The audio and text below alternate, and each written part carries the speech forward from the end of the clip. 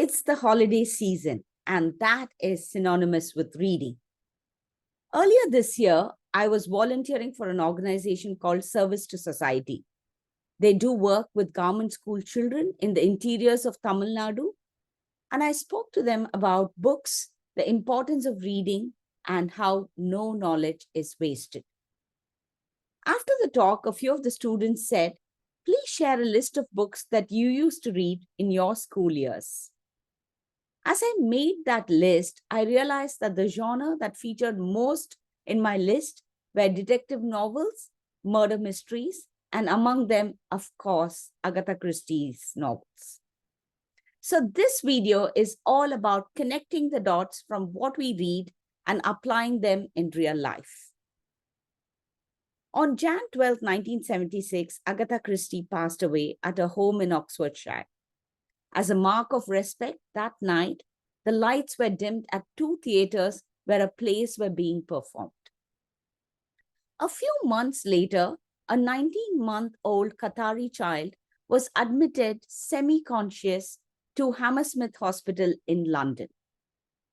Despite being treated in intensive care, her breathing became increasingly labored and she seemed to be sinking. The doctors treating her were increasingly getting frantic at not being able to identify the problem.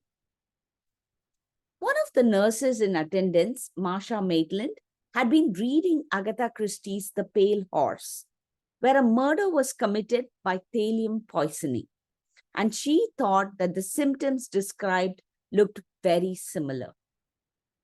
In those days, they were unable to test for thallium in the hospital, so the case was taken to Scotland Yard and a urine sample was sent for testing.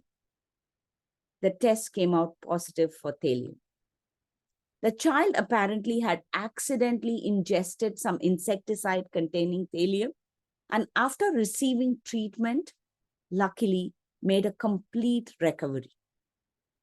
What a remarkable incident and what a positive outcome from reading. I read about this incident in Twitter and the author had said, "Be like Marsha, keep reading, it saves lives." Well, definitely it does in more ways than one. Do share your thoughts in the comments, and in the meantime, happy holiday season, happy reading, and a very happy new year.